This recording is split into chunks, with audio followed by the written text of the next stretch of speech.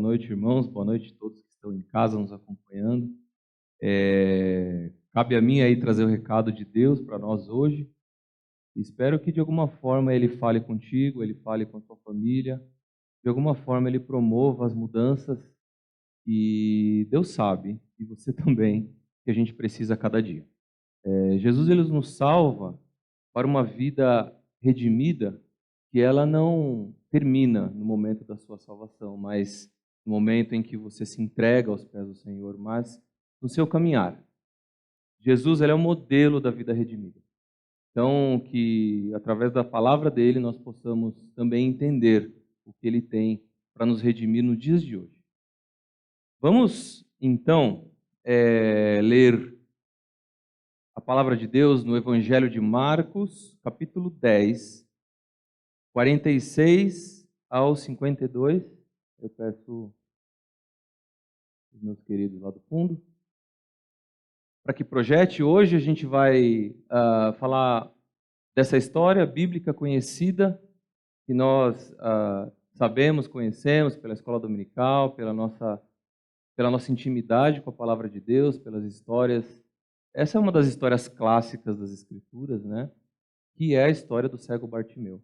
E a essa reflexão que eu estou trazendo hoje, eu estou dando este nome, que na verdade é o nome que é extraída de uma das falas da narrativa, que é ânimo. Ele o está chamando. Então vamos ler? Diz assim, então, a palavra de Deus. Então, chegaram a Jericó. Quando Jesus e seus discípulos... Será que você pode projetar?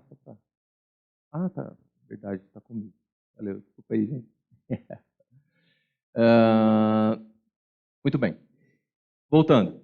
Então, chegaram a Jericó. Quando Jesus e seus discípulos, juntamente com uma grande multidão, estavam saindo da cidade, o filho de Timeu, Bartimeu, que era cego, estava sentado à beira do caminho pedindo esmolas. Quando ouviu que era Jesus de Nazaré, começou a gritar: Jesus, filho de Davi, tem misericórdia de mim. Muitos o repreendiam, para que ficasse quieto. Mas ele gritava ainda mais: Filho de Davi, tem misericórdia de mim. Jesus parou e disse: Chamem-no. E chamaram o cego. Ânimo, levante-se, ele o está chamando. Lançando sua capa para o lado, de um salto, pôs-se em pé e dirigiu-se a Jesus. O que você quer que eu lhe faça? Perguntou Jesus. O cego respondeu: Mestre, eu quero ver. Vá, disse Jesus. A sua fé o curou. Imediatamente ele recuperou a visão e seguiu Jesus pelo caminho.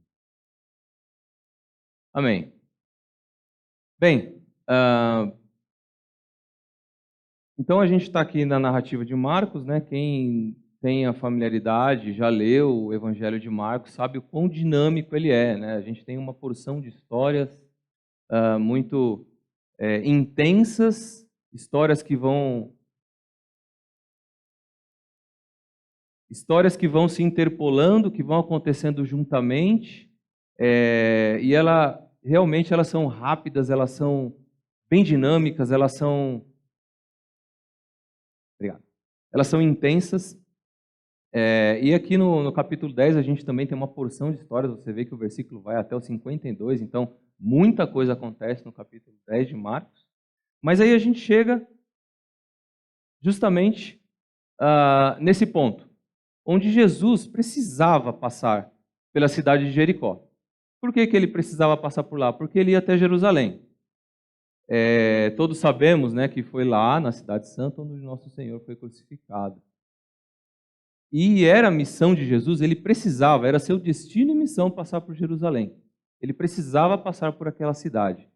Se a gente continuar a leitura de Marcos, a gente vai ver que no capítulo 11, 12, 13, começa toda a dramaticidade da entrada triunfal, o julgamento de Jesus, a sua morte, ressurreição, comissionamento depois lá no capítulo 16. Então, este é praticamente uma das últimas um dos últimos acontecimentos de toda a história do Evangelho de Marcos, a parte da questão da paixão de Jesus e sua entrada triunfal, né? Então Jesus ele tinha como objetivo chegar até Jerusalém e por isso ele precisava ir para Jericó. Este era o seu destino, salvar os homens, né, através do seu sacrifício, e era a sua missão. Quem estava com Jesus? Como o texto vai dizer, seus discípulos e a multidão. É interessante que não só aqui no Evangelho de Marcos, mas nos outros evangélicos, sobretudo os sinóticos, a gente tem os Mateus e Lucas, você vai ter essa distinção entre os discípulos de Jesus e a multidão. E aqui o autor ele também procura fazer essa marcação, ele procura dizer bem claramente que com Jesus andavam seus discípulos e a multidão. Discípulos e multidão, naturalmente eles tinham propósitos diferentes, eles tinham interesses diferentes. Os discípulos de Jesus esperava-se que eles de fato levassem a vida com o Mestre e assim como ele disse, eles tivessem negado a si mesmo e seguido ao Senhor. Agora, a multidão a gente não sabe, alguns poderiam estar por interesse de cura, interesse financeiro, interesse de parte de curiosidade, a gente não sabe. O fato é que a multidão estava junto. E aí eles se encontram com quem? Com um mendigo. E um mendigo pedinte. Essas coisas geralmente elas, pelo menos na narrativa bíblica, elas meio que caminham juntos, né? Um mendigo, pedinte e cego. Ele cego, ele não tinha outro ofício. Lembra que a gente está falando de uma sociedade agrária, uma sociedade de pescadores, enfim, onde era necessária a força, onde era necessária as atividades manuais, e o cego, naturalmente, ele não tinha condição disso. Então, ele se entregava ao ofício de pedir esmolas. Então, o cego, ele naturalmente ele se tornava pedinte. A gente precisa lembrar que o judeu ele tinha por obrigação na lei dar esmola. E a Páscoa estava chegando, como a gente lê na sequência do texto. Então, sobretudo na época da Páscoa, o judeu ele tinha essa obrigação de dar esmola. Mas o cego, por não ser perfeito, por assim dizer, fisicamente, ele era considerado impuro. E ele não tinha a possibilidade que outros tinham de chegar até o sacerdote e fazer os sacrifícios para poder ser purificado. Então, além de pobre, pedinte, além de ter uma condição física que o debilitava, ele era cego, ele também tinha uma condição espiritual no contexto que o colocava totalmente à margem da sociedade. E aí o conflito, no versículo 47, ele começa. Quando ouviu que era Jesus de Nazaré, começou a gritar, Jesus, filho de Davi, tem misericórdia de mim. Ele ouve que Jesus estava próximo.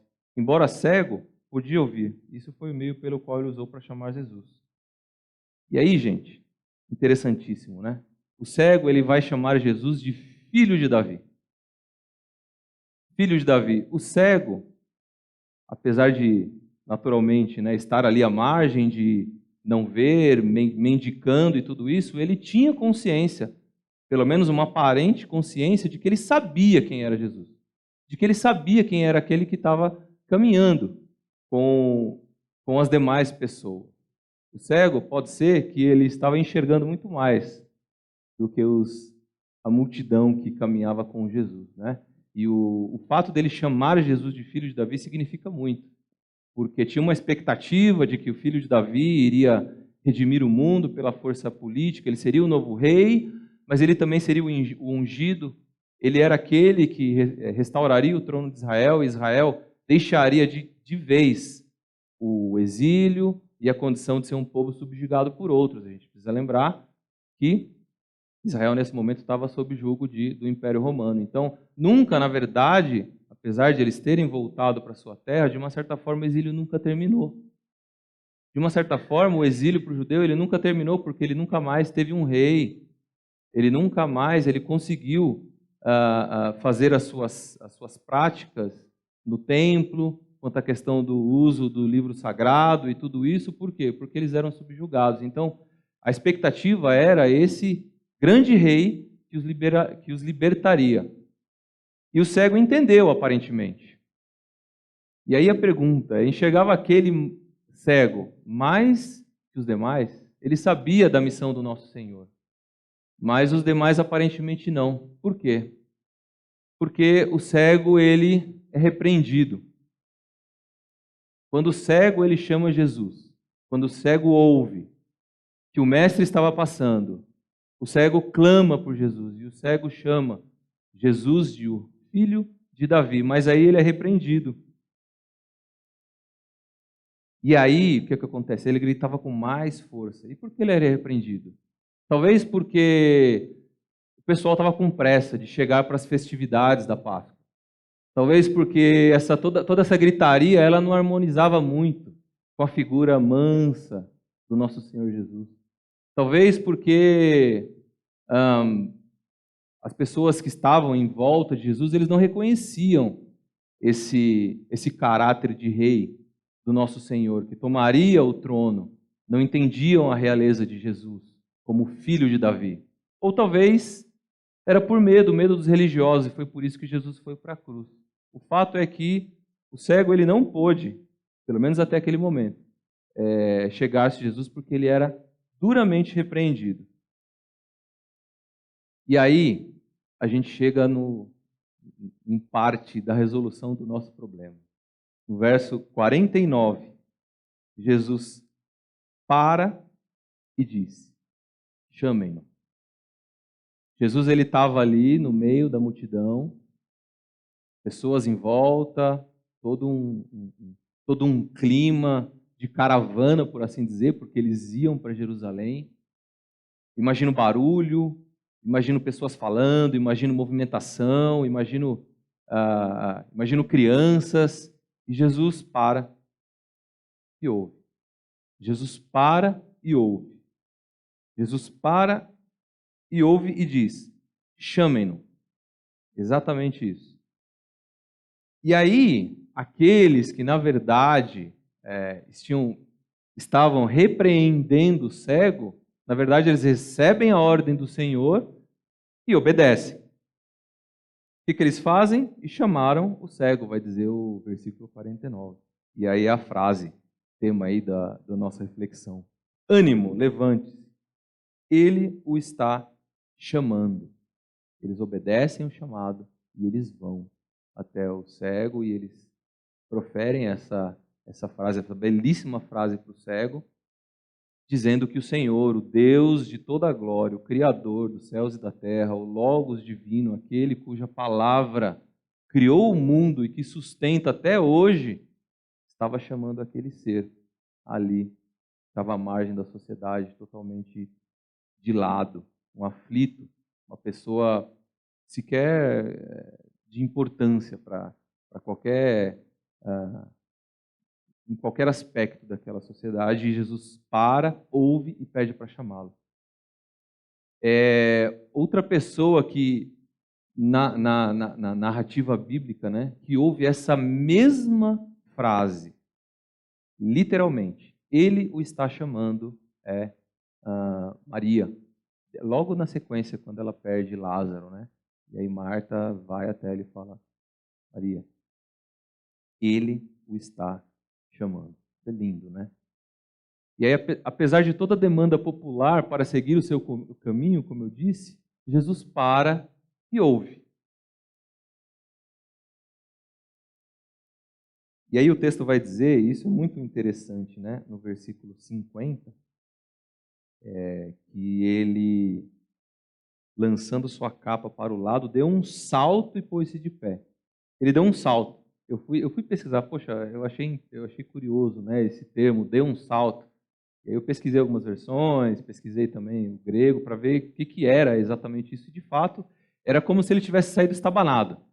Ele saiu do jeito que ele podia e ele foi assim, na hora que ele recebe essa ordem das pessoas para que ele se aproxime de Jesus, assim como ele tinha chamado, ele automaticamente se levanta. E ele sai da forma como dá. E uma prova disso é que vai dizer no começo, logo no comecinho do verso 50, que ele fala lançando sua capa. Ele lança sua capa, e aí imagina que a capa dele, o que que era? A capa dele era para ele se cobrir e também que ele colocava no chão para pegar as suas moedas. Então eu fico imaginando ele se levantando, moeda voando para todo lado, e ele todo atabalhoado, todo afoito para conseguir chegar até o mestre. Ele salta, em um pulo, ele joga a capa para o lado para estar com o Senhor Jesus. Foi imediatamente isso. Inclusive, Marcos ele vai utilizar esse termo depois, né, quando ele é salvo, que imediatamente ele foi curado. Marcos ele vai várias vezes utilizar esse termo imediatamente para dizer que as coisas realmente foram intensas e foram na hora. E aqui é o que me parece que aconteceu. O cego, na primeira oportunidade que teve, não hesitou. Levantou, não quis saber, eu fico imaginando, né, quanto tempo ele estava ali na mendicância. Não sei se era final do dia, próximo do final do dia, quantas moedas ele já tinha. Aquilo poderia significar o dia dele de amanhã. Aquilo podia significar o sustento dele por mais 3, 4 dias, e ele simplesmente salta.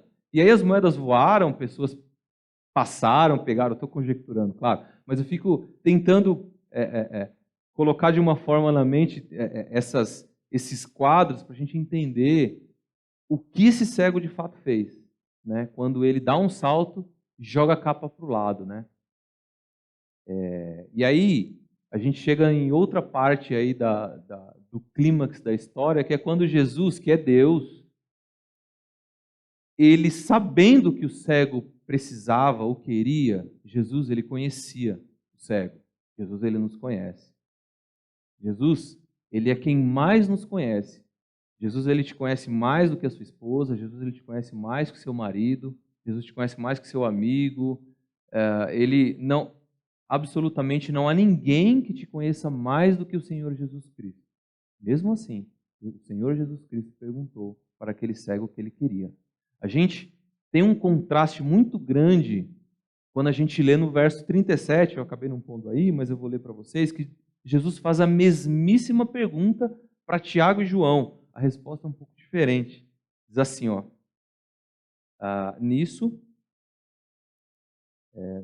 começar no verso 35. Nisso, Tiago e João, filhos de Zebedeu, aproximaram-se dele e disseram, Mestre, queremos que nos faça o que vamos te pedir. Vai ficar fácil, né? Faça o que eu vou te pedir. E aí o mestre, Jesus, ele diz assim, ó, o que vocês querem que eu lhe faça? A mesmíssima pergunta que Jesus faz para o cego, aflito, sem posses, mendicando. Provavelmente ele não era um cego de nascença, mas ele era considerado um ser impuro, cerimonialmente impuro, um cego totalmente desconsiderado por todos, à margem do caminho. É a mesma pergunta que ele faz para Tiago e para João. São seus discípulos próximos, aqueles que andaram com o Senhor toda a vida e se tornaram proeminentes, né, na igreja primitiva, enfim. A mesmíssima pergunta. E aí a gente tem, né, a resposta deles, que é um absurdo. Eles pedem que um queria sentar do lado direito, outro sentar do lado esquerdo, enfim.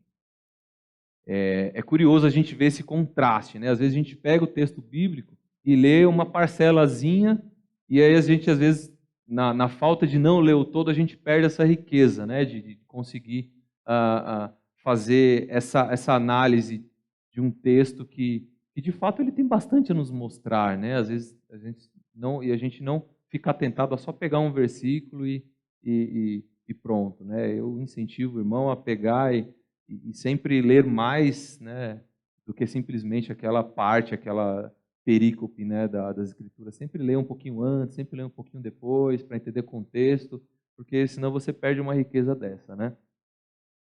Muito bem. Jesus sabia, né? Jesus queria ouvir. Esse cego, ele agarra com fé a oportunidade que lhe é colocada à frente. Ele pode ser que eu entendo que provavelmente, eu suponho, né, que o cego ele entendia quem era Jesus, não só por ele chamar Jesus de o filho de Davi, mas por depois reconhecer no seu pedido a Jesus, ele fala, né, depois que Jesus pergunta o que ele quer, ele fala: mestre, eu quero ver. O fato dele chamar Jesus de mestre também o coloca em uma posição que ele de fato sabia quem era o Senhor Deus, né?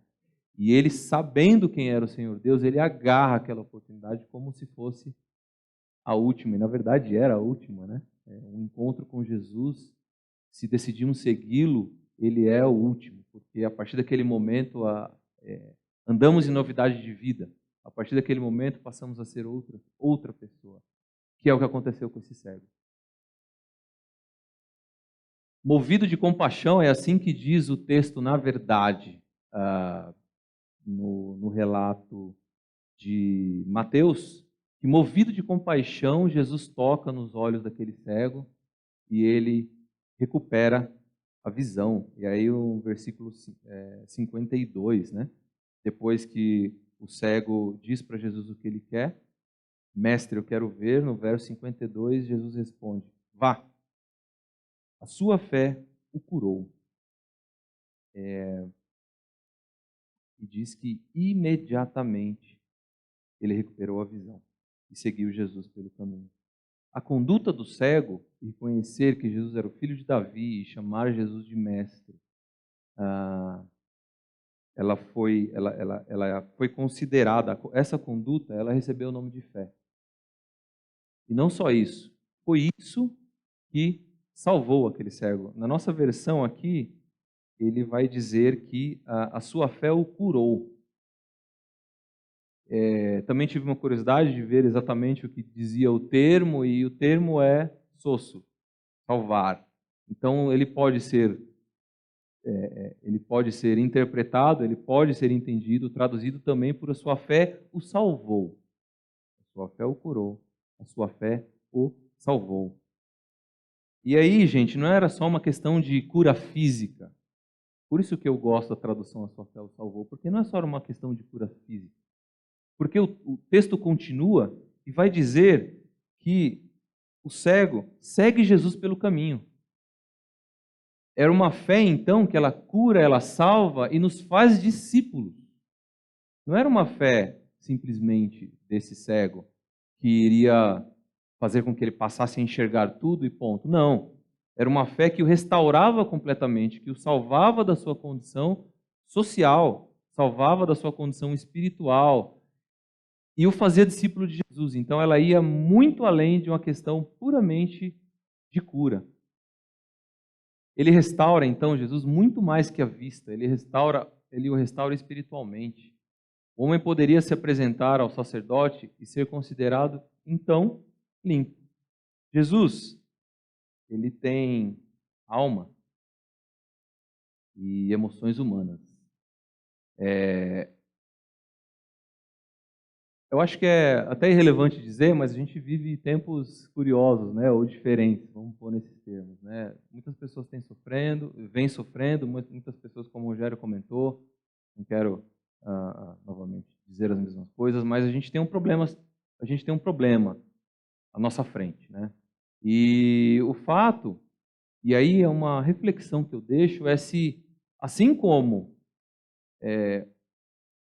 nessa narrativa tiveram pessoas que não deixaram o Senhor, o cego se aproximar do Senhor, será que há cristãos que não demonstram compaixão para com os aflitos no nosso dia? E aí a pergunta que fica é: quais são as circunstâncias que transformam a condição dessas pessoas para que elas sejam consideradas aflitas? Será que a gente tem demanda para demonstrar a nossa compaixão? Será que o grito do cego, o grito de Bartimeu, que foi ouvido pelas multidões, que foi ouvido pelos discípulos, que não fizeram nada, que muito pelo contrário, e eles simplesmente afastaram o cego, repreenderam o cego, mas encontraram a graça, os gritos do cego, Esses gritos encontraram a graça, esses gritos chegaram até os ouvidos do Senhor.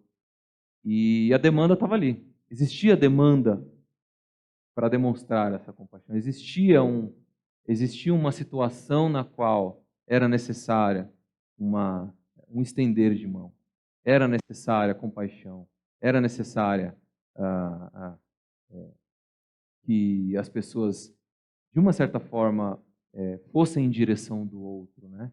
E mais uma pergunta que fica é como lidar com as diversas situações de carências que se colocam à nossa frente. Quem está desempregado, para quem teve o seu salário reduzido, bem baixo, mas nem isso.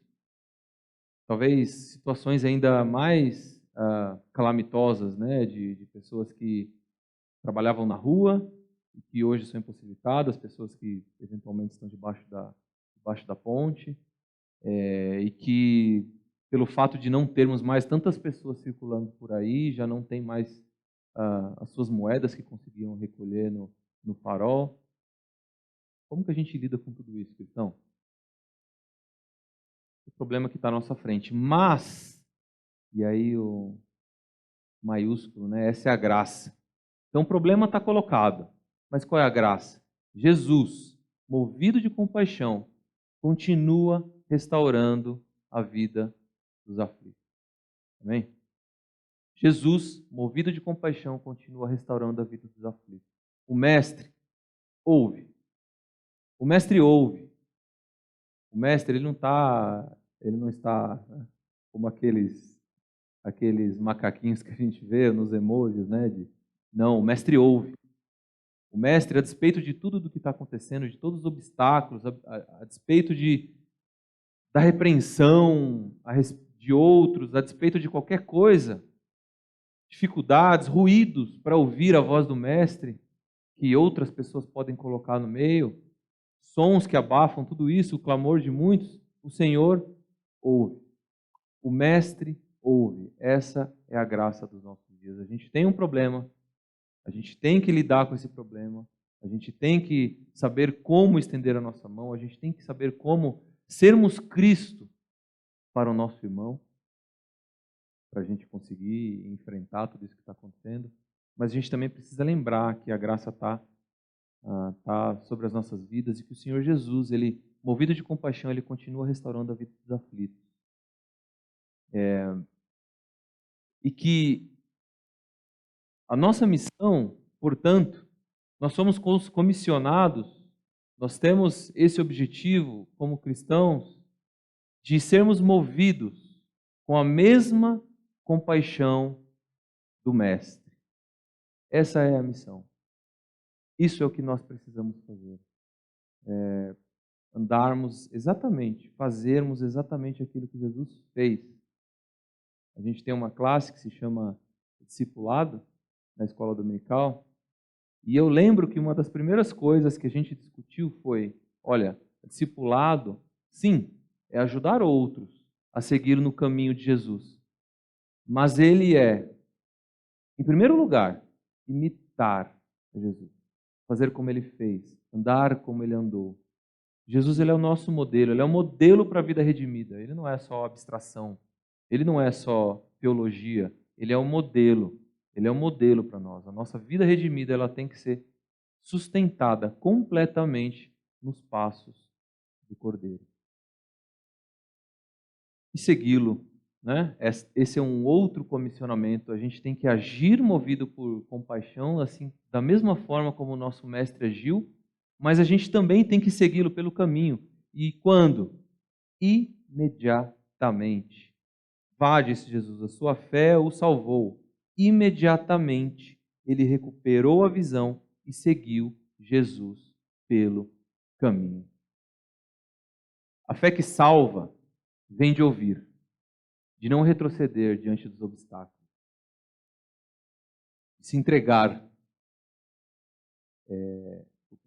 A fé que salva vem de ouvir, não retroceder diante dos obstáculos. Seguir o seu chamado, deixando tudo para trás e se agarrar no poder de Deus. Amém? Que Deus nos Que Deus tenha misericórdia de nossas vidas, que possamos, possamos seguir o Mestre, assim como ele deixou esse exemplo de termos compaixão do próximo, apesar de todo barulho, todo ruído, tudo que abafa e que de uma certa forma não permite as pessoas, os aflitos, a chegarem ao Mestre. Nós precisamos ser esse canal. A nossa conversão, ela tem que ser a Deus, mas ela também tem que ser ao próximo. Que o próximo possa ver Cristo em nossas vidas. Possamos ter a mesma compaixão do Mestre e que possamos segui-lo pelo caminho. Fico imaginando agora, logo na sequência, a gente tem o relato da entrada triunfal de Jesus, né, pegando o jumentinho. Eu fico imaginando aquele cego. Não sei quantos anos ele era cego, se era desde nascença, não sei. Mas fica agora imaginando aquele cego, vendo os ramos, vendo as pessoas passando, vendo aquela festa de Jesus passando com o jumentinho, os sons, ele vendo a estrada por onde Jesus passou, e eu fico imaginando aquele cego vendo o Senhor sendo crucificado, sendo açoitado. Eu fico imaginando tudo aquilo. Eu fico imaginando o cego se lembrando que foi graças ao fato de Jesus ter ouvido e ter atendido ao seu chamado que ele recuperou a sua visão. Trazendo para os nossos dias, obviamente, o chamado de Jesus, o chamado de Deus, o chamado de Jesus, ele está posto. É nosso dever, é nossa obrigação estendermos a nossa mão ao próximo.